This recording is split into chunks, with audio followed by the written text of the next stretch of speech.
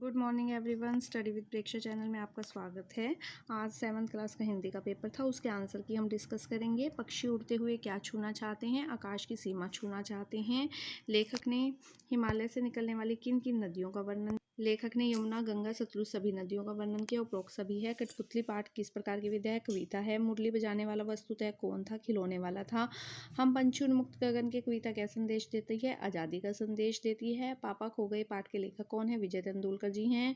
अपूर्व अनुभव मूलतः किस भाषा से लिया गया है? जापानी भाषा से लिया गया है।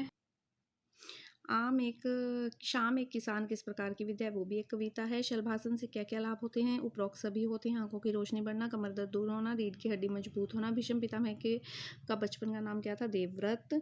पापा खो गए नाटक में सबसे बुद्धिमान पात्र लड़की है, ये असत्य है। कवि ने जाड़े को किसके रूप में वर्णन किया है? किसान के रूप में। जो व्यक्ति मुसीबत में सहायता करे वह कौन है? सच्चा मित्र। तो यान यासुकी यान को कहाँ पर लेकर गई? पेड़ पर लेकर गई। पाठ के आधार पर मिठाई वाला कैसा आदमी है? अमीर आदमी है। पक्षी उन्मुक्त रहकर अपनी कौन कौन सी इच्छाएं पूरी करना चाहते हैं? पक्षी उन्मुक्त रहकर बहता पानी पीना चाहते हैं। स्वादिष्ट भोजन के स्थान पर फलों को खाने की इच्छा पूरी करना चाहते हैं। वे खुले आसमान में दूर तक उड़ने की इच्छा पूरी करना चाहते हैं। हस्तिनापुर के लोगों ने राजगद्दी के लिए किसे उचित समझा? महाभारत के समय परंपरा के अनुसार युधिष्ठिर को राजा बनाया जाता था। वह पांडु का पुत्र था। पांडु उस समय हस्तिनापुर के राजा थे। ऋषि दुर्वासा ने कुंती की सेवा से प्रसन्न होकर उसे क्या वरदान दिया? उन्होंने उसे वरदान किया कि तुम जिस भी देवता का ध्यान करोगे वह तुम्हें अपने समान तेजस्वी पुत्र प्रदान करेंगे। चंद्रशेखर आजाद का नाम चंद्रशेखर आजाद से आजाद क्यों पड़ा? जब चंद्रशेखर काशी में अंग्रेज युवराज के आने का विरोध कर रहे थे तब वे पकड़े गए। उन्होंने मैजिस्ट्रेट के सामने पेश किया गया तो मैजिस्ट्रेट ने उनका नाम पूछा, तो पूछे जाने पर उन्होंने अपना नाम आजाद बताया, इसलिए उनका नाम आजाद पड़ गया।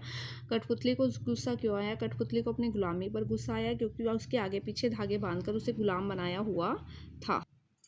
मिठाई वाले के वे कौन से गुण हैं जिसकी वजह से बच्चे बड़े भी उसकी ओर खींचे चले आते हैं? मिठाई वाले का सबसे बड़ा गुण उसकी मधुर आवाज़ थी।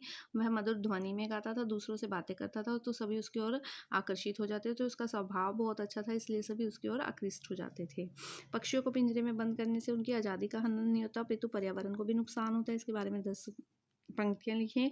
पक्षी पर्यावरण को साफ सुथरा बनाए रखने में सहायता करते हैं। पक्षी वायु में उड़ते हुए छोटे छोटे कीटों को खाकर वायु को स्वच्छ बनाते हैं। गले सड़े पदार्थों और मरे हुए जानवरों को खाकर पर्यावरण को शुद्ध बनाते हैं। फलों और फसलों को हानि पहुंचाने वाले कीट पतंगों को खाते हैं, इस प्रकार फसलों को हानि से बचाते हैं। पक्षी फलों के पराग व पेड़ पौधों और बीजों को एक स्थान से दूसरे स्थान तक पहुंचाने का कार्य करते हैं। पक्षी मानव को प्रेरणा देते हैं। वे प्रतिदिन प्रातःकाल होते ही अपने घोंसलों को छोड़कर दाना चुगने जाते हैं और संध्या होते ही घोंसलों में वापिस आ जाते हैं। इसी प्रकार मनुष्य को भी ठीक समय पर अपना कार्य करना चाहिए।